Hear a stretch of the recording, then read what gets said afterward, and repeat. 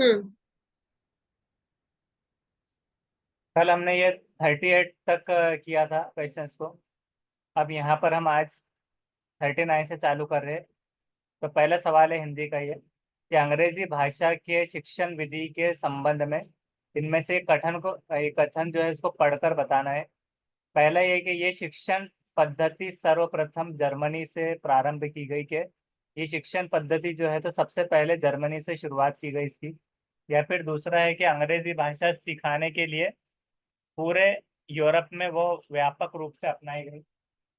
और दूसरा है कि शिक्षण की इकाई शब्द है ना कि वाक्य। और विषय सामग्री मानक रूप में विभाजित की जाती है।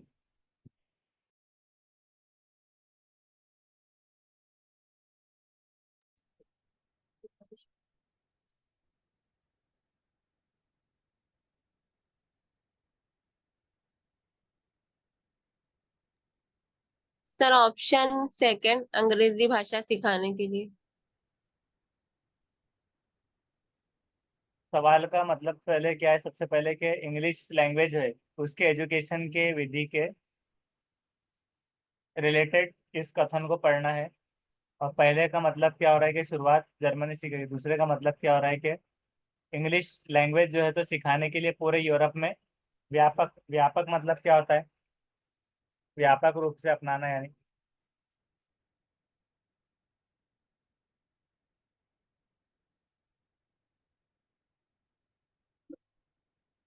बड़े पैमाने पर अपनाना।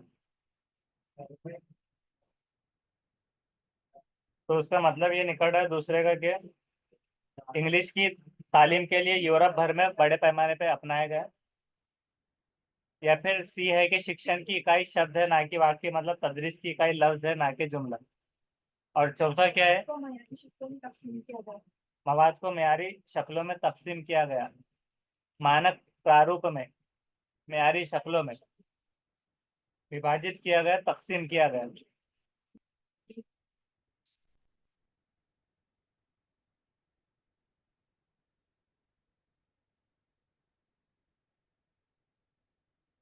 Content is divided into standard formats.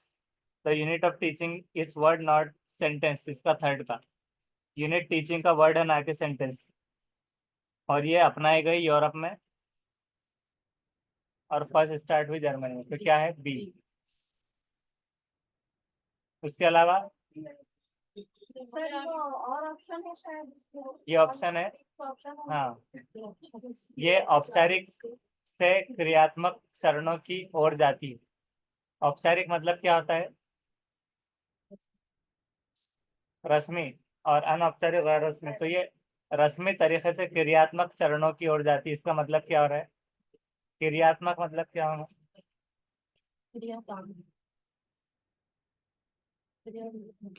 ये मतलब काम के लिए, किए गए काम के लिए, जो काम काम। तो हाँ, तो वो फंक्शनल मराहिल जैसे भी आ जाता है, काम के फंक्शनल मराहिल। तो क्रियात्मक चरणों को ये कहेंगे फंक्शनल स्टेजेस। और वाक्य रचना व्याख्या करने में वाक्य रचना का सर्वोत्तम उपयोग करती है। इसका मतलब सिंटेक्स जो होता है इसका तो एक्सप्लेन करने में काम में आता है। मतलब उर्दू में से कहा जाए कि सिंटेक्स समझाने। तो इसमें से अब क्या बताया जा रहा है, अब सवाल यहाँ पर आ रहा है कि कौन सी इन विशेषताओं को दर्शाती है। कि विशेषताओं मतलब क्या होगा, खुसूसियत को जो बता रही है तो वो क्या होगा। तब उसमें है कि दृश्य श्रव्य विधि है, कि देखने सुनने वाली विधि, समय बसरी, या फिर स्थानापन्न विधि, या द्विभाषिक पद्धति, या व्याकरण सम्मत अनुवाद पद्धति। तो नहीं हो सकती है। सर एक बार क्वेश्चन बताइए ना। अरे हाँ, उससे पहले हम ये इसके मतलब देख लेते। द्विभाषी बोले तो दो लिसानी और मुतबादिल तरीक़ाई स्थापन वाला आएगा। व्याकरण सम्मत अनुवाद ग्रामती तर्जुमे का तरीक़ेकार या ग्रामर का। ग्रामर ट्रांसलेशन का जो मेथोडोलॉजी आती है तो उसका मतलब ये है कि व्याकरण सम्मत अनुवाद पद्धति, बाइलैंग्वेज और हम्म। सब्स्टिट्यूट और ऑडियो विजुअल। अब उसके अलावा ऊपर चलते हैं क्वेश्चन तक कि अंग्रेजी भाषा की शिक्षण विधि के संबंध में, ये इंग्लिश लैंग्वेज के शिक्षण विधि के संबंध में इनमें से कथन को पढ़ना है कि सिखाने की विधि में। तो पहला ये आ रहा है कि ये शिक्षण पद्धति सर्वप्रथम जर्मनी में शुरू हुई और अंग्रेजी भाषा सिखाने के लिए पूरे यूरोप में व्यापक रूप में अपनाई भी गई, मतलब भारी तरीके से बड़े पैमाने पे अपनाई गई। शिक्षण की इकाई शब्द है, मतलब वर्ड है, ना कि सेंटेंस है। और विषय सामग्री मानक रूप में विभाजित की जाती है कि तकसीम की जाती है किसमें, म्यारी तरीके से। और ये औपचारिक है, रस्मी फंक्शनैलिटी के हिसाब से स्टेजेस में आती है। हाँ, ग्रामर जिसमें आ जाएगा अप्रोच। और वाक्य रचना सेंटेंस मेकिंग वगैरह में वाक्य करने में सर्वोत्तम उपयोग करती है। तो कौन सी इन विशेषताओं को दर्शा रही है, क्या चीज दर्शा रही है? दृश्य, समय बसरी, स्था स्थानापन्न विधि, द्विभाषिक या व्याकरण सम्मत अनुवाद पद्धति।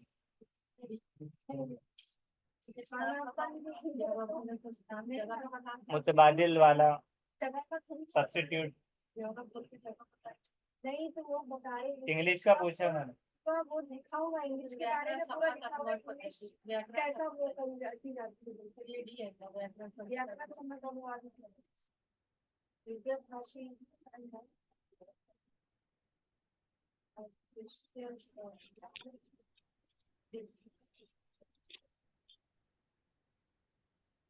तो उसका जवाब सही है डी। डी उसका सही जवाब है। डी का मतलब क्या हुआ था कि ग्रामेटिकल ट्रांसलेशन मेथोडोलॉजी। ये क्यों हुआ? बायलैंग्वेज बोले तो दो लैंग्वेज का जिक्र नहीं, क्योंकि इंग्लिश है। दृश्य श्रव्य विधि के तौर पर नहीं हो रही है, देखने और समय बसरी वाली, क्योंकि इसमें कुछ चीजें ऐसी बताई जा रही, कुछ हिस्ट्री वगैरह आ गई, हिस्ट्री की चीज आ गई। और शब्द है, वाक्य नहीं है, मतलब इकाई यूनिट की बात की गई, तो ये ग्रामर का पार्ट आ गया। हाँ, और ये औपचारिक रस्मी भी ग्रामर के पार्ट में आ जाता है। रचना व्याख्या करने में, ये भी व्याख्या करना सेकंड लैंग्वेज के एक्विजिशन में आता है, सेकंड लैंग्वेज में आता है, ना कि एक्विजिशन में। तो द्विभाषी तो बाइलैंग्वेज हो गया था। समय बसरी और स्थानापन, तो स्थानापन तो होगा नहीं डायरेक्ट। तो व्याकरण सम्मत अनुवाद पद्धति, जिसका मतलब क्या हो रहा है कि ग्रामेटिकल ट्रांसलेशन की मेथोडोलॉजी ये आ रही है, क्योंकि ट्रांसलेशन मेथोडोलॉजी क्योंकि अपनाई गई। तो ट्रांसलेशन क्योंकि पहले नहीं थी इसलिए बाद में अपनाई गई।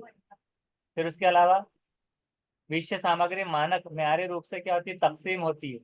ये सारा ग्रामर की ओर में जा रहा है, तो उस वजह से ये व्याकरण सम्मत अनुवाद पद्धति ये हो जाएगा।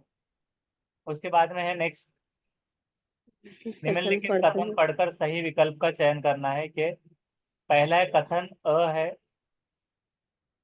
कि मूल्यांकन का उप कौशल उपागम जो किन बंधुओं में मदद की जरूरत होती है, ये भापने की अध्यापक की सहज बुद्धि को परिलक्षित करता है। तो क्या कहा जा रहा है कि सही विकल्प को चूज करना है हमें। और ऑप्शन क्या है यहाँ पर? मूल्यांकन का उप कौशल। तो अभी ये तो समझाना है पहले इसका मतलब क्या हो रहा है। जांचने का मतलब क्या रूप है? कौशल उत्पादन करना।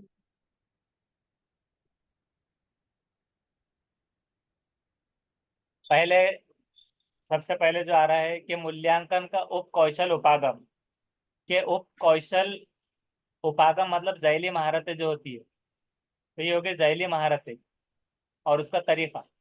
और मूल्यांकन मतलब तशखीस करने का, डायग्नोस्टिक का। जैली महारतें जो होती है, जांचने का ना।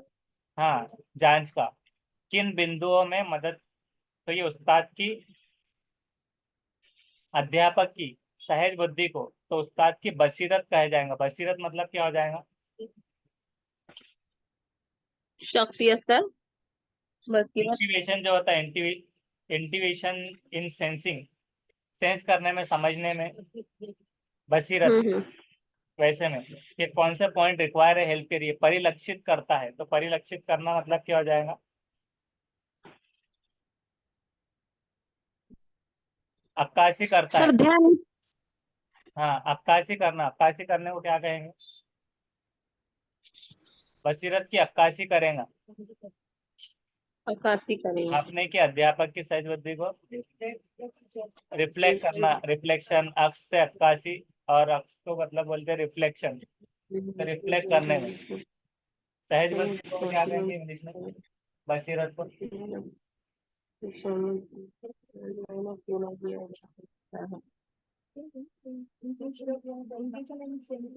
हाँ, मतलब जानने भापने के लिए, यहाँ पर जैसा आया भापने की, भापने की अध्यापक की सज्ज बुद्धि को परिलक्षित करता है। तो कौन से नुकात को, किन बिंदुओं को, यानी कौन से नुकात को? तो अब ये क्या मतलब हो गया कि तशखीस के जो ज़ैली महारतें हैं, जो कि किन नुकात को मदद की ज़रूरत होती है ये भापने की, टीचर की बसीरत को मतलब अक्कासी करता है, सही विकल्प का चयन करना है। तो मतलब इसका डेफिनेशन बता रहे हो कि मूल्यांकन का उपकौशल उपागम है, मतलब सवाल नहीं पूछ रहे कि जो बताया जा रहा है कि इसकी डेफिनेशन किन बिंदुओं में मदद की जरूरत है, तो ये बताता है, ये भापने की उस्ताद को अक्कासी करता है, उससे समझ में आ जाएगा कि इसकी जरूरत है इन नुकात की। उसके बाद में दूसरा है तर्क। ये कथन था और तर्क। तो तर्क और कथन मतलब क्या होगा? असर्शन और रीजनिंग के जो प्रदर्शन, सवाल आते हैं, हाँ। स्टेटमेंट्स और रीजन, असर्शन रीजनिंग वाले रीजन। सवाल आते हैं। अब तर्क ये है कि लेखन और श्रवण की परीक्षा को कई उप कौशलों में बांटा जा सकता है। तो कई उप कौशलों में बांटा जा सकता है मतलब क्या हो जाएगा कि लिखने और सुनने के टेस्ट को मुताबिद महारतों में तकसीम किया जा सकेगा। एकीकृत भाषा परीक्षाओं के मरबूत जबान जो रहेंगी एक जगह, तो एकीकृत भाषा परीक्षाओं द्वारा पूरा किया जा सकता है कि मरबूत जबान के टेस्ट के जरिए उसको मुकम्मल किया जा सकता है, जिसको हम सब स्किल्स कह सकते हैं ज़ैली महारतों को, और इंटीग्रेटेड लैंग्वेज एकीकृत भाषा को कह सकते हैं। अब यहाँ पर ऑप्शन है कि पहला सही है, लेकिन असर्शन सही है और तर्क गलत है, या फिर असर्शन और सही है और बी भी सही है, लेकिन बी ए का सही वजह नहीं है। तो क्या सही हो? व्याख्या करता ही कैसे?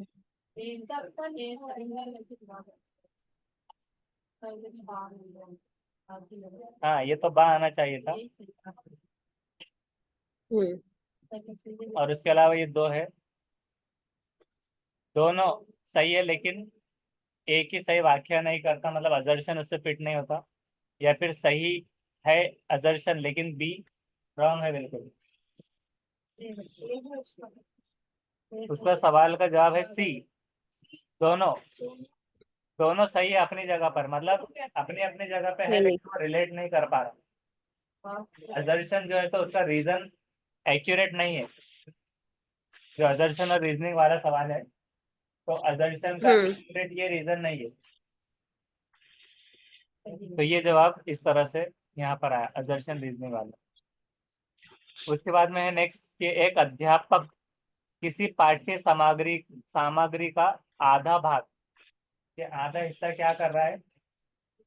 पाठ्य सामग्री का आधा भाग अपने हमें विद्यार्थियों से कहें। ऊंचे स्वर में पढ़कर, हाँ। मतलब खुद से ऊंचे बुलंद पढ़कर अपने विद्यार्थियों से कहता है कि वो उस पाठ के अंत को अपने अनुसार पूर्ण करे, कि अपने हिसाब से उसको मतलब मुकम्मल करो। ये किस प्रकार की गतिविधि है, कि टीचिंग की किस तरह का मेथड है ये? पहला है अनुभव आधारित के एक्सपीरियंस बेस्ड गतिविधि है, समूह कार्य ग्रुप कार्य है, या फिर लेखन गतिविधि है लिखने वाली, या अंत बौद्ध आधारित गतिविधि। तो अंत बौद्ध मतलब क्या हो जाता है?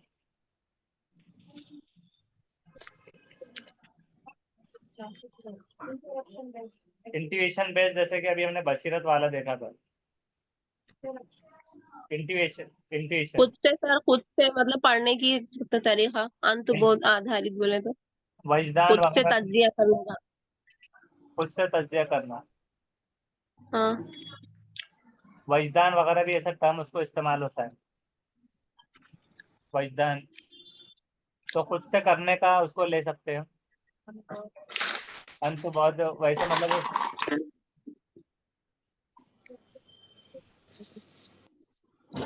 में वजदान आ सकता है उर्दू में। ठीक है, मुदाखलत पर मबनी सरगर्मी। ये आंसर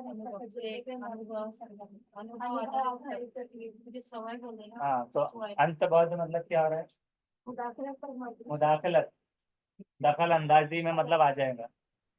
अंत बहुत यानी दखल अंदाजी आ जाएगा। तो अपनी सरगर्मी। हाँ, तजुर्बे पर। तो वो आधा टीचर पढ़ा रहा है, आधा फिर बच्चा हाँ, आधा टीचर पढ़ा रहा है और आधा फिर बच्चे उसको कर रहे हैं कंप्लीट।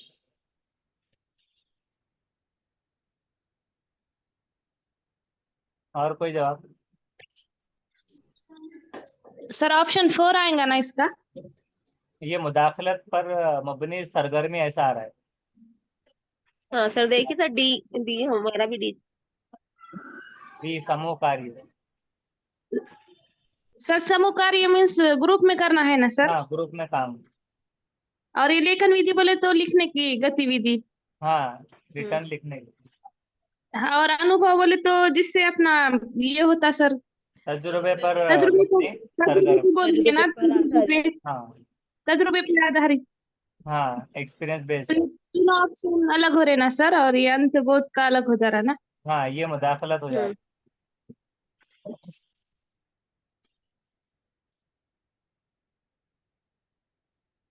तो उसका सही जवाब पहला, अनुभव आधारित। क्योंकि कैसा है कि समूह कार्य इसलिए नहीं हो रहा क्योंकि सिर्फ बच्चे करते थे, ये पढ़कर टीचर सुना रहा है और अंत में क्या बोल रहा है कि अंत में अपने अनुसार, यानी कोई नज़म है, कोई चीज़ है, तो आधा पढ़कर अगला सामने वाला बोल रहा है, मतलब उसको पता है वो चीज़, और पता है मतलब वो अनुभव आधारित हो जा रही है। हाँ, क्योंकि उसको उसका तजुर्बा है या फिर वो चीज़ उसको पता है, याद है, जो भी चीज़ रहेंगी तो उस वजह से वो बोल पा रहा है डायरेक्ट। समूह कार्य इसलिए नहीं हो क्योंकि उसमें फिर टीचर का रोल या फिर पहली हेल्प नहीं मिल पा रही थी, तो सिर्फ एक वर्क होता था। अनुभव। और लिखने वाली विधि भी नहीं थी क्योंकि बोल रहे हैं अभी सारे, और मुदाखलत भी नहीं हो रही थी। तो इस वजह से ए। नेक्स्ट है, निम्नलिखित पद्धतियों में से कौन सी पद्धति विद्यार्थियों में शब्द भंडार विकसित करने की सर्वोत्तम युक्ति है? सी है। तो सवाल का मतलब पहले क्या है? शब्द भंडार मतलब इनमें से अल्फाज कौन की सा लकीरें। तरीका है जो तलबा का वो बढ़ाता है, क्या मतलब अल्फाज का मत जखीरा। हाँ, और सबसे बेस्ट स्ट्रेटेजी कौन सी है? पहला है कि समानार्थी एवं विपरीत शब्दों को, मतलब सिमिलर और अपोजिट नहीं। को, सिनोनिम एंटोनिम को याद करना जैसे, और दिए गए संदर्भ में मतलब रेफरेंसेस जो दिए गए हैं उसके नए शब्दों का अर्थ अनुमान लगाना, ये न्यू वर्ड्स का। हेलो, कॉलेज बात वो मीटिंग ज्वाइन करो। Okay.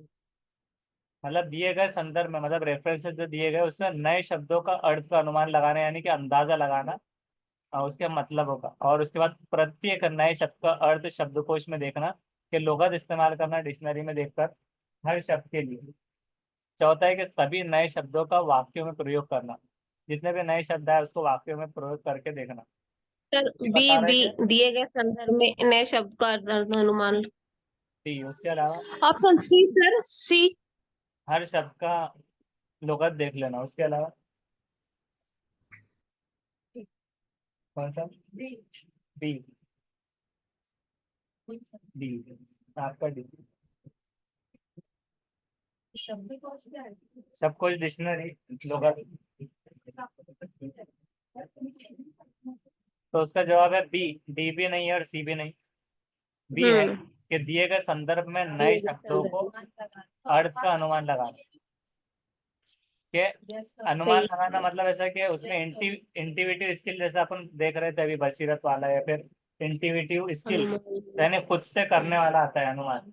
जैसा बच्चों से क्या हाँ। करें, नहीं, मिसाल के तौर पर दिया गया संदर्भ में जो रेफरेंस दिया गया एक शब्दों के अर्थ का के अंदाजा लगाने की कोशिश करना, तो शब्द भंडार विकसित करने का सबसे अच्छा तरीका माना जा रहा है। नहीं, अनुमान लगाना यहाँ पर नहीं, अभी ये इंटिविटिव हो रहा है ना, कि विद्यार्थियों में है ये, कि विद्यार्थी जो रहेंगे अब विकसित करने में सर्वोत्तम युक्त है कि कोई ये शब्द आए मायने तो रखना। सेंटेंस पढ़कर जैसा वो देख रहा है या दिए गए संदर्भ में दिए गए संदर्भ का मतलब क्या आ रहा है? दिया गया जो संदर्भ है तो पैसेज को बोलते ना सर संदर्भ। हाँ, कि संदर्भ सयाक को बोले तो सबाक, हाँ पैसेज या फिर सयाक पैराग्राफ। को सबाक में अल्फाज के मायने हाँ। का अंदाजा लगाना। सयाक को सबाक में, सयाक को असबाक में, इस तरह गिवन हम्म। कॉन्टेक्स्ट। ये पहला क्यों सर नहीं ये करते हम? अनुमान, सर ये अनुमान लगाना इसकी मीनिंग क्या आएंगे सर? अंदाजा लगाना। अनुमान लगाना बोले तो ये क्या बोलेंगे इसको उर्दू में अपन? अंदाजा अंदाजा ये लगाना। लगाना शब्द है जो क्या? बोले थे, हाँ, हाँ अंदाजा लगाना। अंदाजा लगाना है, अनुमान लगाना मीन्स। हाँ। हाँ। तो अभी हमको एक एक से देखना है कि ये पहले क्यों नहीं हुआ। जैसे समानार्थी है, विपरीत शब्दों को याद करना, मतलब ये रटने में आएगा, तो याद करना हो गया तो।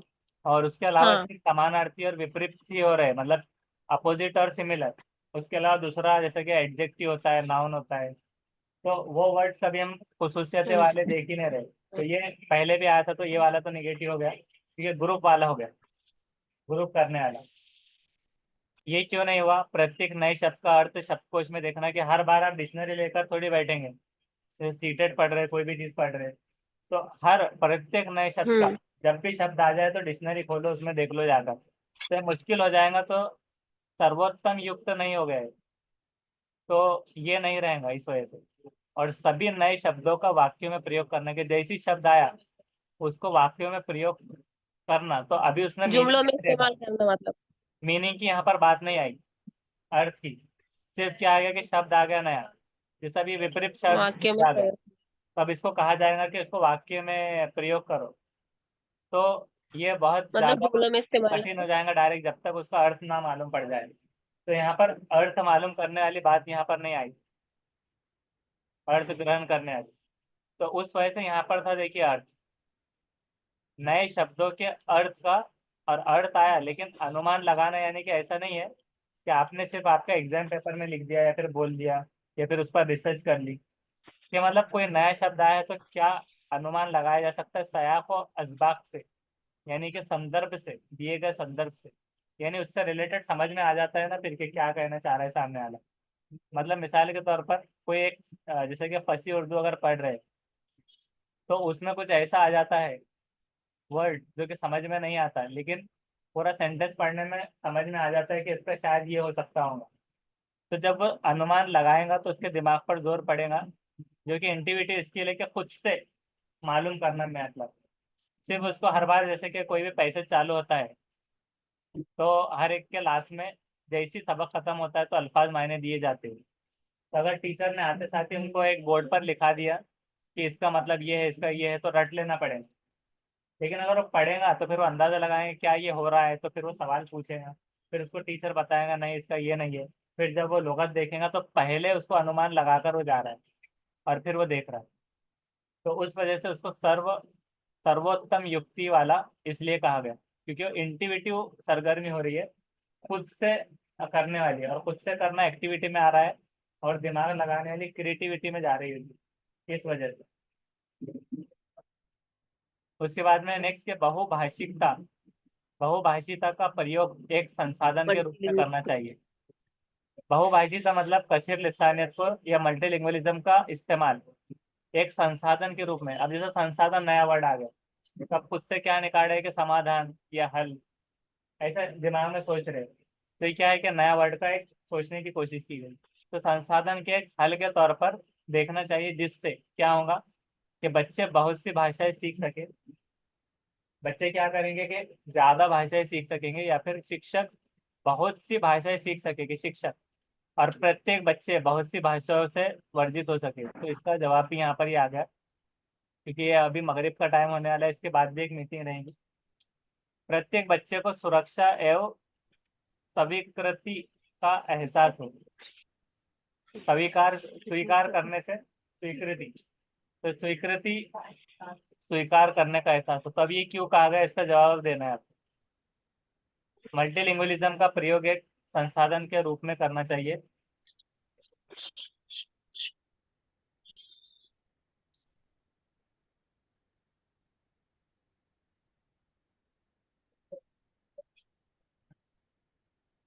तो इसका क्या हो रहा है, बहुत किस संसाधन, एक वसीला भी हम कह सकते हैं उसको, वसीले के तौर पर, रिसोर्स के तौर पर। संसाधन मतलब यहाँ पर आ जाएगा जरिया में रिसोर्स, या फिर ये भी कह सकते हैं हम उसको वसीला, वसीला जरिया रिसोर्स। तो बच्चे बहुत सी भाषाएं को सीख सके, ये होना चाहिए। तो बहुत सी भाषाएं सीखना मतलब काउंटिंग नहीं की गई, सह स्थानीय फॉर्मूले से भी ऊपर जा रहा है, और बहुत सी आ गई उसमें, मतलब दो या दो से ज्यादा या तीन एटलीस्ट, ऐसा नहीं आया। दूसरा ये था कि शिक्षक बहुत सारे, तो शिक्षक के लिए तो सर है नहीं। सर बहुभाषिक का मीनिंग कच्ची लिसानी है, तो सर ये नहीं होगा उसका आंसर, बच्चे बहुत सी भाषाएं। हाँ, तो ये नहीं हो सकेगा, शिक्षक भी और बहुत बच्चे भी। और बच्चे बहुत सी भाषाओं से वर्जित हो जाते, वर्जित का मतलब क्या है? रोज के बच्चों को बहुत सी जगहों से रोज सर सर वर्जित की मीनिंग पहचान है शायद ना। नहीं, रोक देना, रोक देना उनको, चिल्ड्रन को बैड कर देना। मैंने लैंग्वेज मतलब सीखने से रोकना, जुबानें सीखने से तो वर्जित हो जाती है, बच्चे बहुत सी भाषाओं से वर्जित हो जाते हैं। डी नेगेटिव है बोलकर वो नहीं होगा, लेकिन ऑप्शन ए और सी में से पॉसिबिलिटी है ना एक की। हाँ बराबर, तो वो हिसाब से बहुत का आ गया सिर्फ। अब मतलब बच्चे बहुत सी भाषाएं सीख सकेंगे, बहुत सी मतलब दो तीन से जायद, ऐसा नहीं बताया गया कि दो से जायद, दो से जायद मतलब दो से तीन हो गया, चार, बहुत सी जुबानें सीख सकेंगे, यानी कि म- मतलब उसकी लिमिट नहीं बताई गई कि 4 5 10। और शिक्षक के लिए भी नहीं है, और बच्चे बहुत सी भाषाओं से वर्जित हो जाते हैं कि उनको रोक दिया जाता है, ये भी नहीं रहेगा। और प्रत्येक बच्चे को सुरक्षा है, स्वीकृति, स्वीकृति स्वीकार से, तो एक्सेप्टेंस, एक्सेप्टेंस स्वीकार से आ गया। और सुरक्षा मतलब तहफ़्फ़ुज़ और कबूलियत का एहसास होना। अब इसका मतलब पूरा एक बार फिर देखते हैं कि बहुभाषिकता का प्रयोग एक संसाधन मतलब एक रिसोर्स के तौर पर होना चाहिए, जिससे क्या होगा कि बच्चा, हर बच्चे को तहफ़्फ़ुज़ और हाँ स्वीकृत मतलब कबूलियत, कबूल करना, स्वीकार करना, एक्सेप्टेंस का एहसास हो कि हाँ ये चीज़ मुझे लगने वाली है, अब ये करना ही है। जैसे इंग्लिश है, तो इंग्लिश सीख सकूंगा तो इससे मैं सुरक्षा भी रहेंगी कि मतलब कहीं पर भी अगर लग जाए, इस्तेमाल में आ जाए, तो मैं बोल पाऊंगा। या फिर कबूलियत के, हाँ मैं इसे, मुझे सीखना ज़रूरी है। तो कबूलियत के तौर पर, रिसोर्स के तौर पर इस तरह से देख रहे हैं कि उसका इस्तेमाल में ये चीज़ इस तरह से आ सकती है, इस वजह से। उसके बाद में है नेक्स्ट क्वेश्चन। यस, उसके बाद में कि कक्षा में विद्यार्थियों को पर्याय,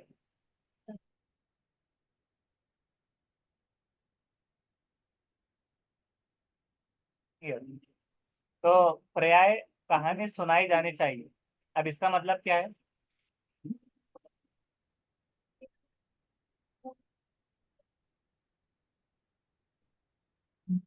इसका मतलब पूरे सवाल का सबक आमोज कहानी सुनाना चाहिए। कि कक्षा में, जमात में बच्चों को सबक, हाँ सर, जमात में बच्चों को सबक आमोज कहानी सुनाना चाहिए। हाँ बराबर, क्योंकि इससे किसमें मदद मिलती है? पहला, विद्यार्थियों का मनोरंजन होता है कि तफरी होती है, एंटरटेनमेंट। या फिर इससे नैतिक शिक्षा मिलती है। नैतिक मतलब क्या होता है? अखलाकी।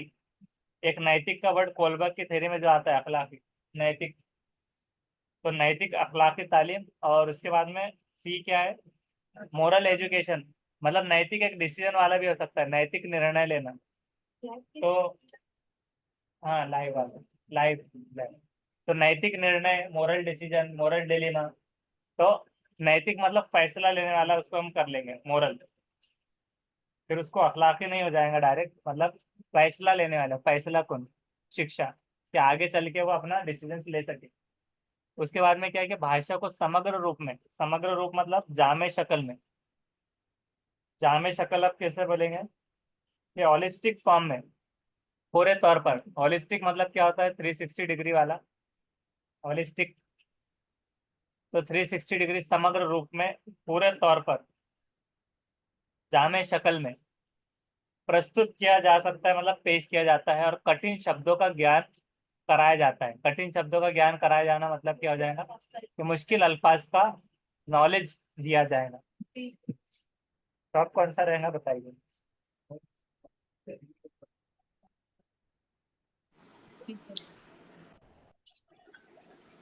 बी, ए, एंटरटेनमेंट होता है ये इस तरह, और उसके ऑप्शन अलावा बी सर। बी नैतिक निर्णय, और उसके बी। अलावा सर ये दो ऑप्शन में कंफ्यूज हो रहा सर, बी में और सी में। इससे नैतिक शिक्षा मिलती है और भाषा को समग्र रूप में प्रस्तुत किया जाता है। ये लैंग्वेज को मुकम्मल तौर पर, ये तो मतलब हम जवाब आने के बाद उसको समझा देंगे। और सर अगर कहानी मतलब ऐसा लॉजिकल देखे तो कहानी बोले तो मॉरल डेवलपमेंट सब अपन ले सकते, तो उससे बी राइट हाँ, होगा। कहानी से रिलेटेड मॉरल रहता ना। हाँ, कहानी से रिलेटेड मॉरल, और उसके अलावा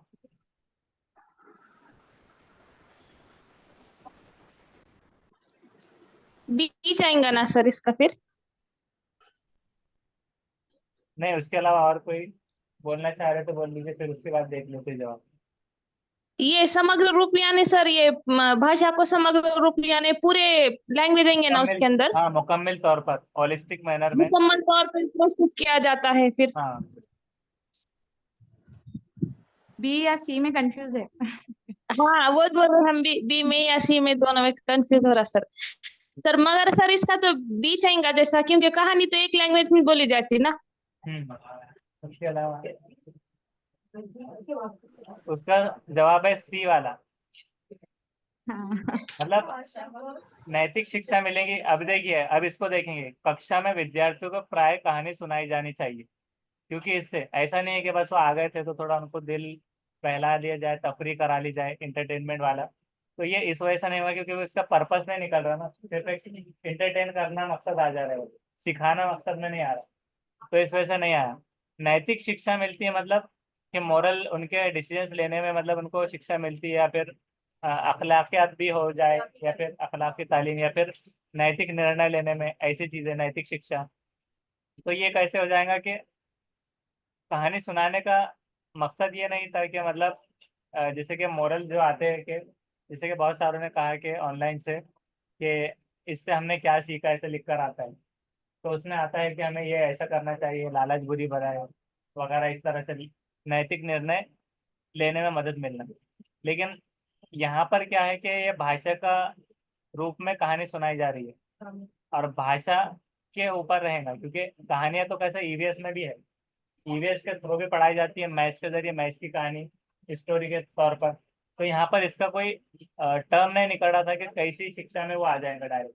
तब जबकि यहाँ पर आ गया कि भाषा को, कि भाषा का पेपर है, भाषा की लैंग्वेज, तो उस हिसाब से भाषा यहाँ पर आ गया कि लैंग्वेज को, कि एक जुबान को मुकम्मल तौर से प्रस्तुत किया जा रहा है, कि होलिस्टिक फॉर्म में कैसे प्रस्तुत किया जा रहा है, कि उसके अंदर जो टर्म इस्तेमाल होंगे, यानी कि जो उर्दू इस्तेमाल होंगी या फिर जो भी भाषा रहेंगी, तो अगर हिंदी पढ़ रहा है तो हिंदी रहेंगी, उसमें ऐसे नहीं रहेगा कि उर्दू का टर्म आ गया। कि मिसाल के तौर पे समग्र रूप यहाँ पर जैसा भी ऑप्शन आया, तो वो लिख सकते थे कि हिंदी तो पढ़ रहे हैं, लेकिन कहानी में लिख दिया जाए कि भाषा को पूरे तौर से या मुकम्मल तौर से, तो उर्दू मिक्स हो गई, तो इंटीग्रेटेड नहीं हुआ। जबकि मुकम्मल तौर से प्रस्तुत पेश किया जा रहा है कि देखो उर्दू अगर है तो उर्दू में इस तरह से उसकी रवानी होगी, तो रवानी के तौर पर वो आ रहा है। रवानी और उसके मतलब प्रोनाउंसिएशन, लहजा, आवाज, और प्रॉपर वर्ड्स कि किसको क्या कहते हैं। अगर यही पढ़ से अगर हम ये एग्जाम का क्वेश्चन पेपर लेकर बैठे मराठी का, तो बिल्कुल बहुत टर्म अलग ले लेंगे वो। हालांकि हिंदी है, लिखावट भी वही है, लेकिन जब आप मराठी वाले जो है तो मराठी का जब देखते हैं, तो बिल्कुल ये सवाल भी बिल्कुल चेंज हो जाता है। तो उससे मतलब इसमें एग्जाम्पल देने में आ रहा है कि आप जब जो कहानी पढ़ रहे हैं कि भाषा उसी लैंग्वेज में मुकम्मल तौर पर प्रस्तुत की जाती है, कि जिस लैंग्वेज में रहेंगी तो उसके ही टर्म सारी चीजें जोड़े नहीं जाएंगे इधर उधर के, तो उसी तौर पर, और उसका ही पार्ट होगा, तो मुकम्मल तौर से वो मिल जाएंगी प्रस्तुत कि किसको क्या कहते हैं। ऐसा बहुत सारे लोग अलग अलग चीजें कहते हैं, जैसे पहले भी मिसाल दी गई थी, जैसा मिसाल के तौर पे उन्होंने कहा कि मैं पानी नहा लेता हूँ, तो अब ये पानी एक्स्ट्रा वर्ड लग गया बहुत सारे, तो उसमें मुकम्मल तौर पर जब सामने वाला पढ़ेगा तो वो कहेगा कि फला इंसान नहाने जब जा रहा था, तो एक टर्म आ गया। तो मतलब जो चीज़ आ रही है तो समग्र रूप में मुकम्मल तौर पे वही प्रेजेंट किया जाएगा कि जो भाषा में उसको कहा जाता है। बाकी चीज़ें बोलियों में काउंट हो जाएंगी। तो ये भाषा की बात ये होगी।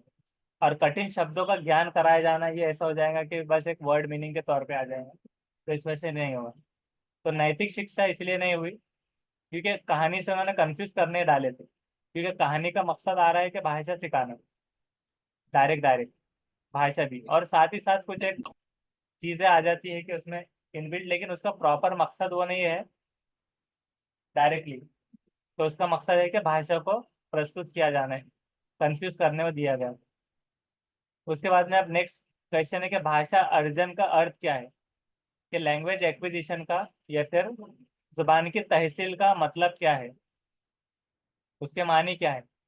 पहला है कि किसी भाषा के व्याकरण के नियमों को सीखना, कि कोई भी लैंग्वेज अगर है तो उसका ग्रामर के उसूल कवायद को सीख लेना। दूसरा है कि किसी भाषा को अनौपचारिक परिवेश में अनजाने में ही सीख लेना, कि गैर रस्मी माहौल में रहकर या गैर रस्मी तरीके से अनजाने में सीखना। मतलब क्या हो रहा है कि यानी कि चलते फिरते ऐसा कोई खास नहीं था कि मुहूर्त निकाला हुआ कि या फिर टाइम निकाला हुआ कि इस टाइम पर यही चीज़ होगी, नहीं तो एक इवेंट बनाया हुआ कि ये टाइम पर वही होगा अलार्म लगा के, तो अनजाने में सीख लेना। और तीसरा है कि किसी भाषा को औपचारिक परिवेश में के रस्मी माहौल में सायास सीखना, मतलब एक टाइम टेबल के हिसाब से सायास का देखना रहेगा, और भाषा के बारे में सीखना, लैंग्वेज के बारे में। तो इसका क्या रहेगा? Option B, option C. किसी भाषा, option A B sir, sir. नहीं सर, बी किसी भाषा का अनौपचारिक परिवेश में अनजाने में सीखती है। बहुत सारों ने ए जवाब ऑप्शन दिया, बी। भाषा को व्याकरण के नियमों को सीखना, और बहुत सारों ने बी दिया, और सी भी दिया है किसी ने।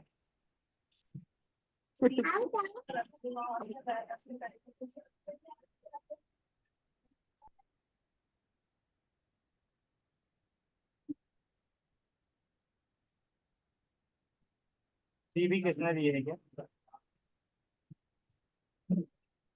और इसके अलावा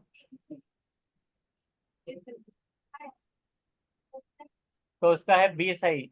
बहुत सारे अभी भी कंफ्यूज हो जाते हाँ। हैं कि क्लास खत्म होने आगे, अगर अभी तो क्वेश्चन डायरेक्ट एग्जाम होने वाला है 7 जुलाई को, फिर भी अभी भाषा अर्जन का सीखे ही नहीं।